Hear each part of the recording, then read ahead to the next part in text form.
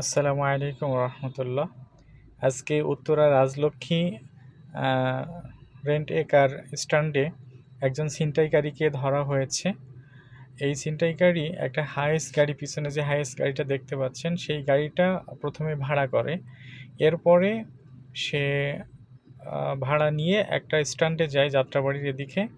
ওখানে যে চিটাগাংয়ের দুইজন মহিলাকে সে প্রশাসনের লোক বলে, সে মানে পরিচয় দেয় যে আমি প্রশাসনের লোক, আপনাদের নামে অভিযোগ আছে, আপনারা গাড়িতে ওঠেন। পরে গাড়ির ভিতরে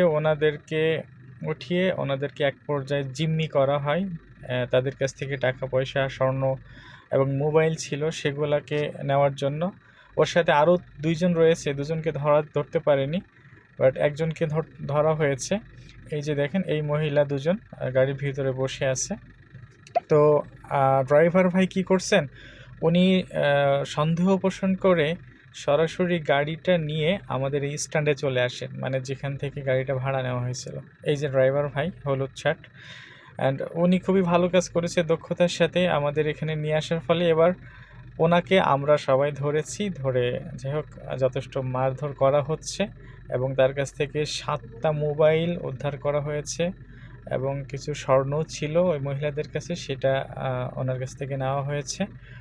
তো সব কিছু মিলে অ্যান্ড ওনাকে খুব মারা হচ্ছে। তবে আমরা যারা গাড়ি চালক ভাই রয়েছি তাদের উদ্দেশ্যে একটা কথা বলতে চাই, আমরা যারা ভাড়ায় গাড়ি চালাই তাদেরকে আলাদাভাবে একটু সতর্ক থাকতে হবে, যাতে এই ধরনের সমস্যাগুলোতে আমরা বিপদে পড়ে না যাই। যদি আমরা এরকম কোনো সন্দেহ পোষণ করি যে আমাদের যাত্রী, তাদের মধ্যে কিছু ভুল রয়েছে, তাদের ভিতরে কিছু খারাপ চিন্তা রয়েছে, যেটা বুঝতে পারি, তাহলে অবশ্যই আমরা নিরাপদ যে জায়গা, অর্থাৎ আমাদের যে স্ট্যান্ডগুলো রয়েছে রেন্টেকারের, সেই জায়গাতে বা আশেপাশে যদি থানা থাকে সেই থানার কাছাকাছি বা থানায় যেয়ে আমরা গাড়িটাকে হস্তান্তর করতে পারি এবং তাদের কাছে অভিযোগ করতে পারি যে আমার যে যাত্রী রয়েছে তার মধ্যে আমি কিছু সমস্যা দেখতে পাচ্ছি, একটু আপনারা তদন্ত করে দেখেন।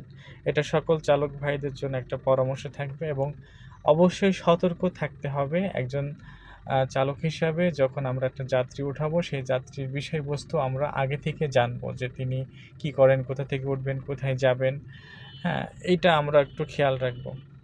তো যাই হোক, সব কিছু মিলে ওকে অনেক মারধর দেওয়া হয়েছে, কিছুক্ষণ আমাদের অফিসের মধ্যে আটকিয়ে রাখা হয়েছিল। এখন থানা থেকে পুলিশ আসার কারণে পুলিশ এসে ওনাদেরকে অ্যারেস্ট করে নিয়ে যাচ্ছে থানার আন্ডারে, পুলিশের আন্ডারে ওনাকে দেওয়া হয়েছে। তো সবাই সচেতন থাকবেন এই ধরনের দুষ্টু লোক থেকে এবং সাবধানে চলাফেরা করবেন। যাদের মা বোন রয়েছে তাদেরকে কখনো একা ছাড়বেন না। হাতে দেখতে পাচ্ছেন মোবাইল, ওই তারপরে হাতে চুড়ি আছে ওই পুলিশ ভাইয়ের হাতে, এই চুড়ি, আরেকটা কাগজে আপনার স্বর্ণ রয়েছে।